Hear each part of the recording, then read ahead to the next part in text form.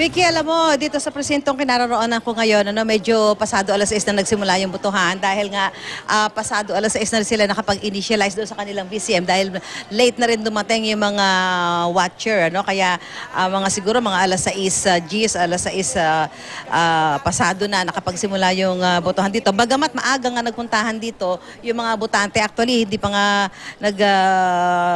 nagbubukas yung mga presinto, nakapila na yung ating mga kababayan at sila talagang maagang nagpuntahan dito sa Corazon Aquino Elementary School.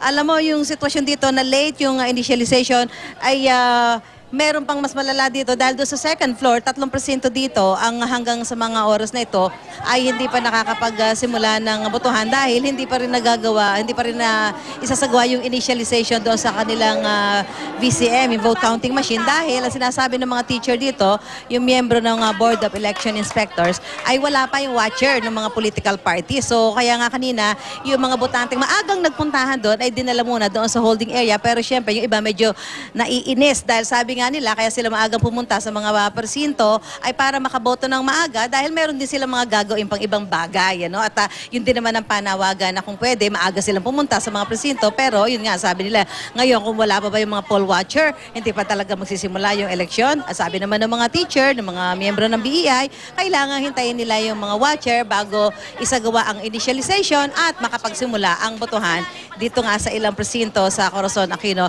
Elementary School. At patuloy nga ang pagdating dito ng mga botante. Yung iba sinasabi nga nila dahil sa ayaw nila yung sobrang init ng panahon.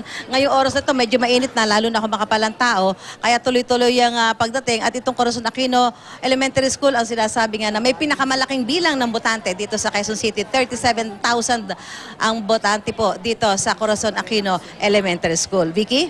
Naku Susan, so kawawa naman yung mga botante na ganadong-ganado silang aga-aga nila pumunta tapos hanggang ngayon hindi pa nag-initialize?